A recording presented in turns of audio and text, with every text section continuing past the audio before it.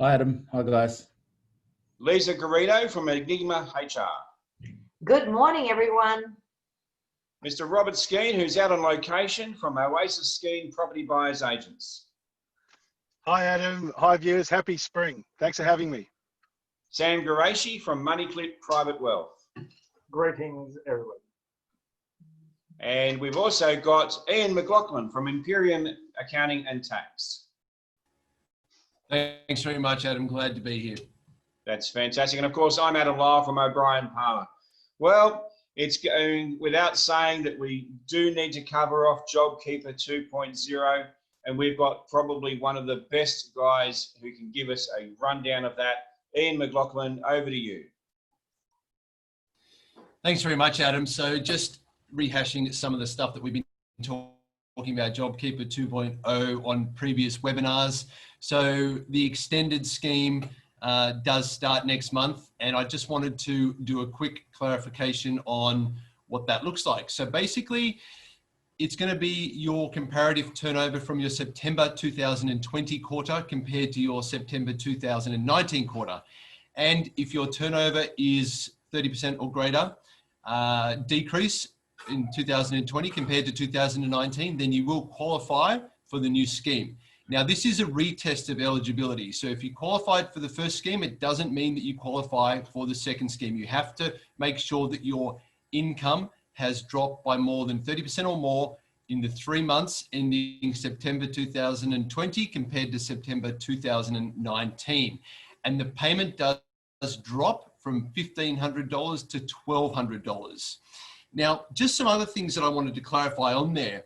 The ATO has clarified that JobKeeper payments to a business, although they are considered ordinary income, they are not considered as part of the turnover test for JobKeeper. So that's a really important clarification. Something else that I also wanted to touch on was that the ABS released figures on Wednesday confirming that Australia has now entered a recession, with GDP contracting by 7% in the June quarter, following a fall of 0.3 of a percentage point in the March quarter. Now, in response to this, Josh Frydenberg, the Treasurer, has confirmed that the government would use the federal budget on the 6th of October to introduce a range of tax measures, including bringing forward already legislated income tax cuts. So what do these look like? So these were scheduled, well, part of them was scheduled to begin on the 1st of July 2022, and that would see the top threshold of the 19% income tax bracket increase from $41,000 to $45,000, and the top threshold for the 32.5% tax bracket raised from $90,000 to $120,000. So that's quite big there. That's a $30,000 increase. Then from the 1st of July 2024, the 32.5% and the 37% tax brackets will be abolished, with a 19% tax rate for those earning between $18,000 and $45,000, and 30% for incomes between $45,000 and $200,000, which basically means that from $45,000 to $200,000 is going to be taxed at 30%, and the highest marginal tax rate will be 45%, and that won't kick in until $200,000. So the government has said that they're going to use the budget on the 6th of October to bring forward some of those tax cuts. So that's going to be really interesting. Just another thing that I wanted to touch on, especially with the upcoming retest of eligibility for JobKeeper. A lot of clients that I work on cash flows with, we are seeing that as soon as this first JobKeeper scheme runs out in their cash flow, that, you know, unfortunately things are going to fall off the cliff a little bit. So it's really important that, first of all, you start looking now whether you are going to be qualifying for this JobKeeper 2.0, and then really need to work that in with your cash flow. And then if we're not going to qualify, then we really need to look at some things that we can do in your cash flow to make sure that your business is going to survive. So that's basically all I wanted to cover off today, Adam. So thanks very much. Thanks so much, Ian. And I think that was really good and comprehensive coverage. I think our people in our businesses are probably our biggest asset, and who better to cover off that than Lysle from Enigma HR. So Lysle, can you help us navigate through that? Yep, sure. Thanks, Adam. So just in conjunction with what Ian just spoke about with JobKeeper 2.0, because that's now extended for the qualifying employers till the 28th of March 2021, the JobKeeper flexibilities in the Fair Work Act also extend till the 28th of March 2021. However, there are some substantive changes that have been made to the JobKeeper provisions by creating two broad categories of employers after the 28th of September. So the first category are the employers that qualify. So these are called qualifying employers who are eligible for the JobKeeper payments because they've passed the decline in turnover test. So they obviously have access to all the JobKeeper flexibilities, except for the annual leave provisions that I'm going to talk about shortly. The second group of employers are what we call the legacy employers, and these are those who have received one or more JobKeeper payments prior to the 28th of September. So it's these organizations that are on JobKeeper, receiving JobKeeper payments at the moment, but will no longer qualify after the 28th of September, but who are possibly still experiencing a 10% decline in turnover as determined by a financial service provider. These are called legacy employers, and they still will have access to flexibility measures after the 28th of September, but it will be modified. So therefore, not all JobKeeper 1.0 flexibilities have been extended. Notably, the flexibilities concerning requesting employees to take annual leave have not been extended and will be repealed or revoked or annulled on the 28th of September for both qualifying and legacy employers. So that's a very crucial piece of information employers need to know. So what are some of the flexibilities? One flexibility is changes to duties and locations of work. So obviously any qualifying employer can issue a JobKeeper enabling direction in relation to duties and location of work. Legacy employers can also issue a JobKeeper enabling direction because they have already previously organized this with JobKeeper 1.0. However, these directions can only take effect for a period beginning on or after the 28th of September. How long that period is has not been announced yet. So as I get more information, I will advise through this panel. But however, it remains the case that a direction to perform other duties from a different location doesn't apply if the direction is unreasonable under the circumstances. So just make sure that any changes, as you did in JobKeeper 1.0, is still reasonable and doesn't disadvantage the employee. What about changes to days and hours of work? So qualifying employers can obviously reach agreement in relation to changing the days and times of work. Legacy employers can also do the same. However, the proviso is that under the new requirement is that the employee cannot work less than 2 consecutive hours a day. And this will take effect from the 28th of September as well. In terms of annual leave, which is actually the most important thing here. So because the request to take annual leave has been revoked, only until the 28th of September, employers who qualify for the JobKeeper scheme can request employees to agree to take annual leave so long as at least 2 weeks of accruals remain. So beyond the 28th of September, employers have to be in accordance with the applicable industrial relations instrument that governs their annual leave, like the Modern Award, an enterprise bargain agreement, or the Fair Work Act.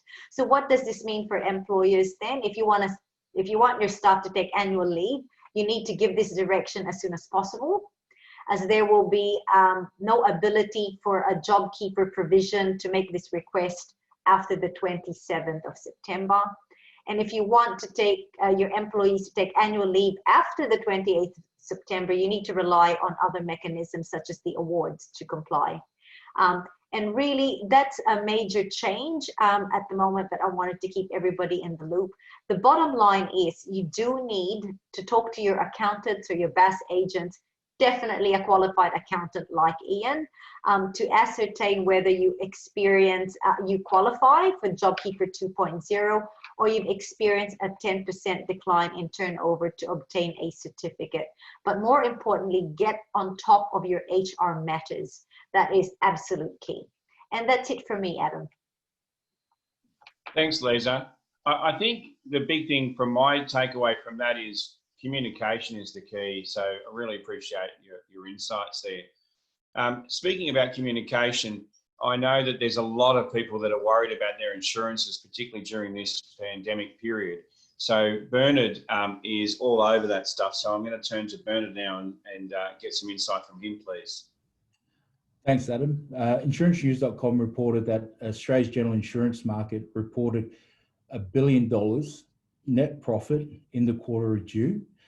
This is supported by the domestic motor products, and in particular, investment income supported earnings. Now, APRA also says that for the year to June 30, a wide net profit shrunk by 70.5% to $1 billion from this time last year.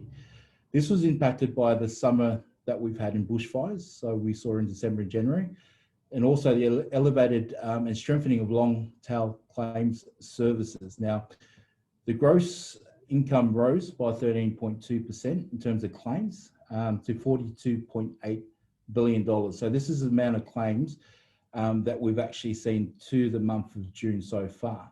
Again, this is as a result of the bushfire claims that we've actually seen, as well as a strengthening of long tail claims services. The gross income premium that's been collected has actually rose by 5.2% to $51.2 billion.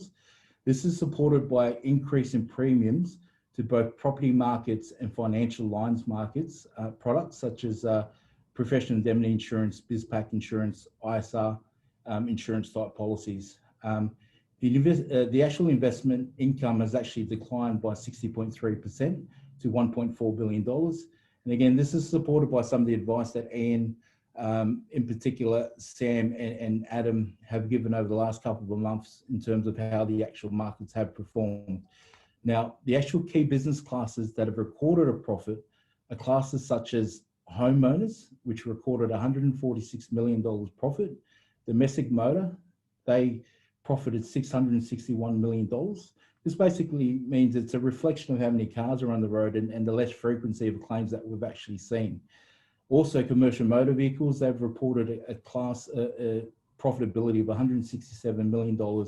Professional indemnity recorded $29 million in profit, and employees liability recorded a profitability of $64 million. The classes that have been affected is property insurance classes, as well as public and products liability insurance classes. Now, what does that mean for you as an SME insurance holder? What that means is that over the next couple of months, we're still going to see a continual rise in property insurance rates. So these are your business pack type of classes, your products liability insurance type of classes, and your professional indemnity insurance classes. So each one of us who are SMEs hold some form of these insurance products. Now, the important thing to do, and I'll summarize this as quick as possible, is that you need to work with your current insurance advisor to make sure that you've got your insurance products and your insurance program right. You need to work with them to make a decision on whether or not you want to self-insure some products, or again, pass some of those insurance exposures onto your insurance products. So there's some of the things that you should consider. There tends to be a need to shop around during these tough times to see if you can save money, in particular financial line products such as professional indemnity insurance. If you're not happy with your service provider, seek alternative advice. If you're not happy, if you're not getting the advice that you are, that you should be getting, but work with your current advisor to see where it is that you can improve your insurance products. Like we're seeing a lot of increases in professional indemnity insurances.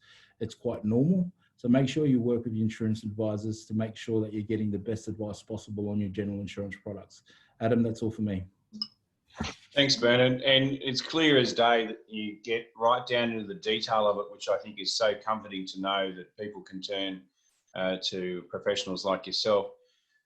Speaking of professionals, Sam Ghoreyshi, has the market reacted already to the official announcement of the recession? Yes, it has in some ways, Adam. But it's interesting because often the market is forward-looking, so it tends to not go essentially hand in hand immediately. Basically, the markets did go down last week, starting from Thursday. So the reality is that the market was probably had taken on board that we were going to have a 7% GDP decrease. So it wasn't any new news by the time it actually got announced. But where it all fell apart a little bit last week was from Thursday. There was a heavy sell-off of tech companies in the US. US market dropped 5% in one day. And that came through and very much filtered through our markets with a lot of our tech companies and some of the darlings of the last few months, Afterpay, those are starting to fall back. And so we ended up with a week that was about 2.4% down for the week. And we started the market this week slightly up, but it's actually starting to falter again as we're on air right now. So I guess the big thing for us is not only the GDP from last week, it's also the fact that the July retail sales were announced last Friday. Now that showed a 3.2% increase, and it's about 12% higher than a year ago.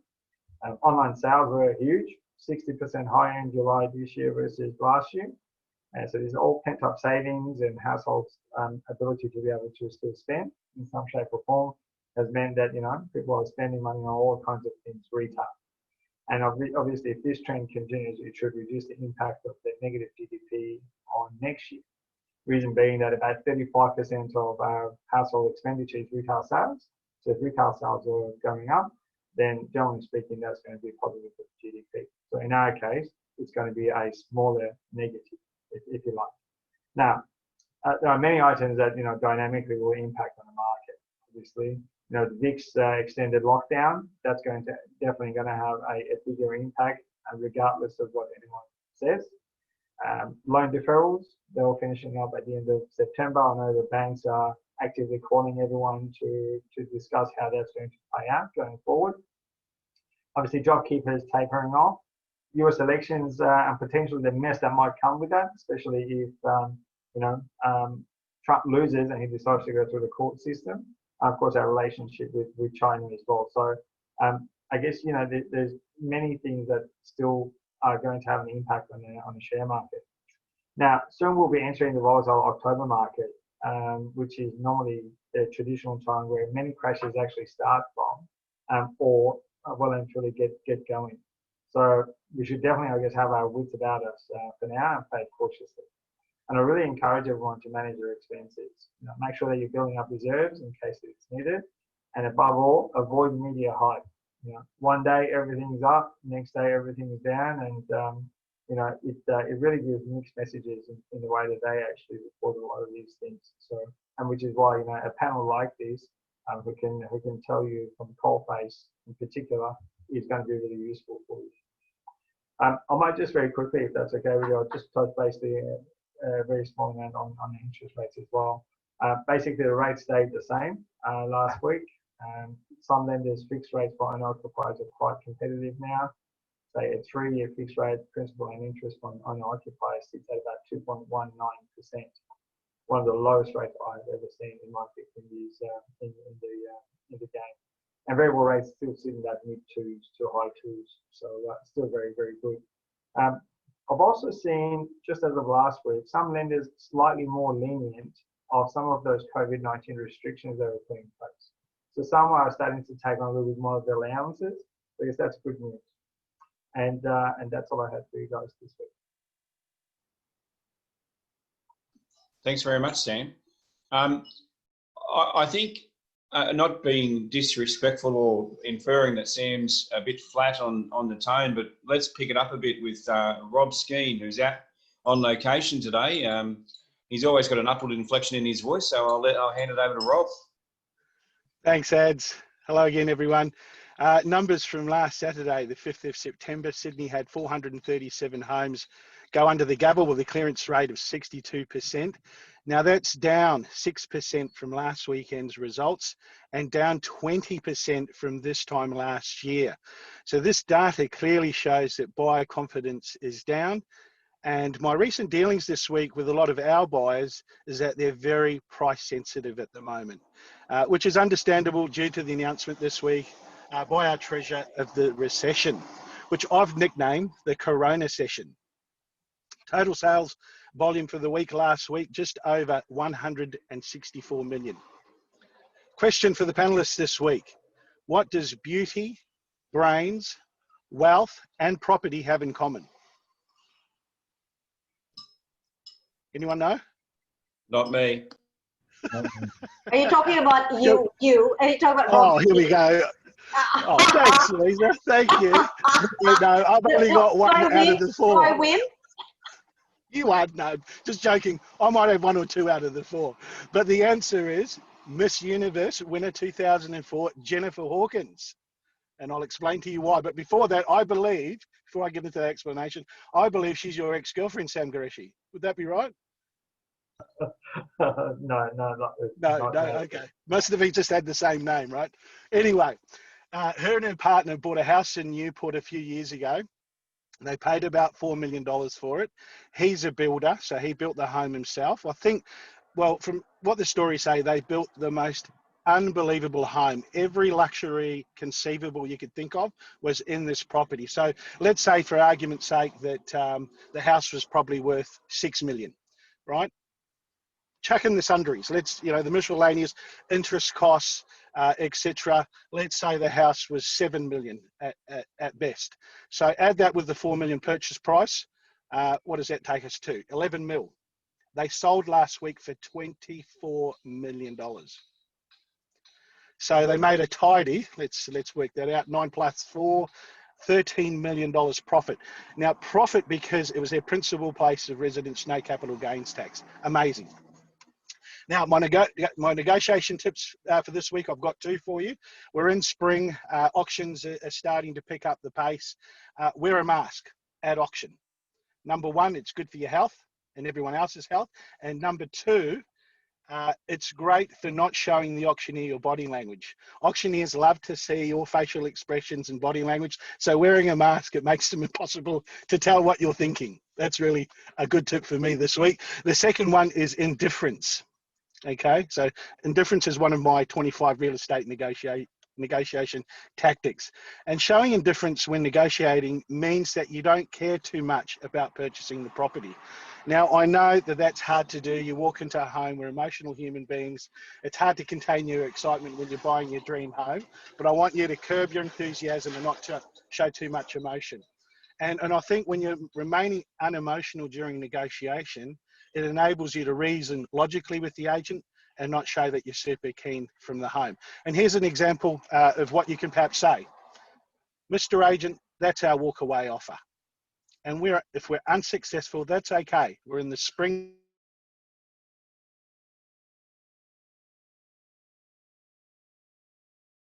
I think we've just lost Rob there. He's just frozen up. So we'll move on from Rob now, and I'm going to cover off the impact of the economy with the announcement of the official recession, which, if viewers would know, I've been banging on about that for a couple of months now and highlighting that we would be not only in a deep recession, but probably more than likely heading towards a depression unless some drastic changes are made.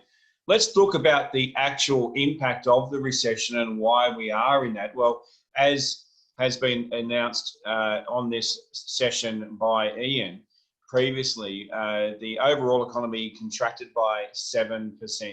That's the largest contraction since 1974. We've not had a negative growth in a single quarter since that time. And let's look at the elements of that and what industries are actually being impacted by the recession. Well, we've had a 39% reduction in growth with accommodation and food. So those cafes, pubs, clubs, Restaurants are absolutely getting smashed. The arts and recreation, so the other side of the health and leisure sectors, has been reduced by 22.5%. So if you combine those together, half of the decline has come from those two sectors alone. Then you've got the transport, postal and warehousing have gone negative 21.5%. Manufacturing has dropped by just under 10%. Construction, usually found as the spine of the Australian economy, has contracted by just over 8%. Healthcare and social assistance is down by just under 8%. And then we've got the other side that everyone knows was definitely impacted. I'm surprised at this number, to be frank, is that retail trade only contracted by 4.5%. So the reality of all of that is those have a massive negative impact on the business confidence and also the consumer confidence. Once you start affecting consumer confidence, the reality is that the rest of them will fall into line and typically decline. There's a couple of surprises and a couple of positive ones there, and I think Bernard would be very happy to know that finance and insurance services grew by 0.7% in this last quarter, which is fantastic. And Rob Skeen is excited. Why? Because ownership of dwellings increased by 0.6% as well. Education and training, everyone's wanting to get reskilled, has grown by 0.4%. So Lysle should be happy about that one. And of course, mining stocks, I'm sure Sam will be excited to know that mining has increased by 0.2% in this last quarter. The sheer reality, though, is that those figures are less than 1% of those growth sectors. Everything else, including even just simple fundamentals like utilities of electricity, gas, water, and waste, actually declined by 1.5%. So everything else is greater than 1% in decline, and the ones that are growing are less than 1%. So we're not going to be out of this in this next quarter. Anyone thinking that the September, the end of this quarter coming up, I'll have to admit, I'm just going to make a small confession here. Announcing the recession when it's almost at the end of the next quarter, come on. Like we should be all over our figures long before then. But anyone thinking that this quarter is going to be the saviour of the day, I think in all fairness, you should be thinking very heavily about that connotation. SME, at the end of the day, here are three things I want you to think about doing. Number one, don't panic. Literally stay calm. Get some really good advice to get yourself through this period. Number two, make sure you are well connected with your people, your stakeholders, your landlords, your lenders, your bankers, your suppliers, and your customers. Okay? Make sure you're doing those fundamental things correctly.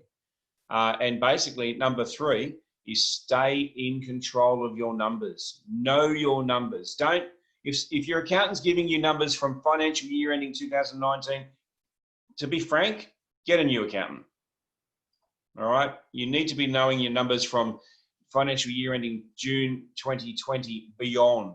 You should know your numbers month by month, week by week if you can. Have a cash flow forecast that has all the agility of dealing with the coronavirus impact on your business moving forward. So I hope that's been helpful for everyone.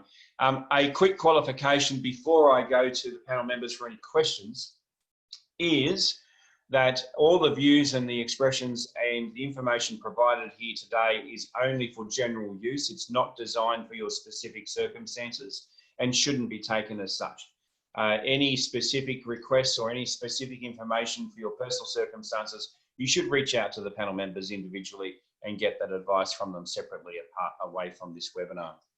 I'll now turn to the panel members. We've lost Rob. He's on location out there in sunny Maui somewhere, I'm assuming.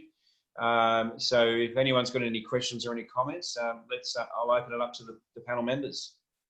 Just a quick one for Lisa for next week, perhaps. Lisa, what are some of the employers are doing to keep their team engaged in this WFH times? I'm very interested to hear about that next week when you present, and maybe tell us some key initiatives that they could take on?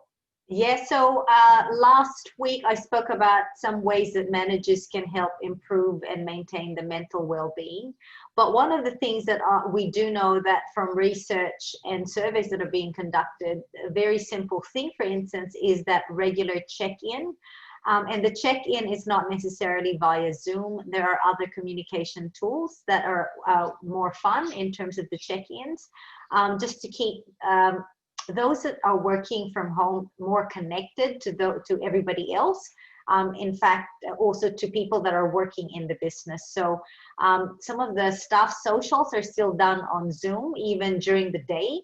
So little things like that that are not necessarily just business related, but a bit more social and a bit more fun based. But we can talk about that next week. I can come up with some ideas that the larger organizations, the big corporates, who of course have a lot of their employees working from home, and what they're doing to keep staff motivated. That's a good topic, actually. Thanks for raising that, Sam. That'd be great. Lisa, just on that, I've heard stories in the education sector that have said that their people are going to be working from home. I'm talking about tertiary and higher, where their people are going to be working from home until the end of 2021. Crazy. Yeah, I haven't heard that yet, but there is definitely a growing trend, and it's going to about 70% now in terms of the surveys that are being conducted of employees really, and it's not just about safety anymore, it's about being flexible, because right now people are productive, they remain productive. So the question really is, with that productivity level, what should employers do, and how should they reevaluate post-COVID how to maintain that productivity level in the workplace. Welcome back. Anyone else got any final comments? We've got Rob back, so welcome back to the land of the living, Rob. Hope now he was good. Oh, good. Sorry about that, being in the car. You wouldn't believe it. It's quite hot, and my phone overheated, especially from the windscreen. My apologies. And the phone's made of metal at the rear, so it was literally burning up. It's all good. It's okay. It's so hot. I've got actually Casper, the friendly ghost, right next to me. I'm pretty fascinated as to how Casper came along. Anyway, folks, thanks so much for having us today. I'd like to welcome everyone to the newest quarter of the fiscal year, and hope you have a great season. We are less than, I think we're just over 12 weeks to Christmas, so let's get out there and make sure you're wearing a mask and staying safe, and keeping 1.5 meters away from each other. Have a good week, everybody. Have a great week. Take care. Bye.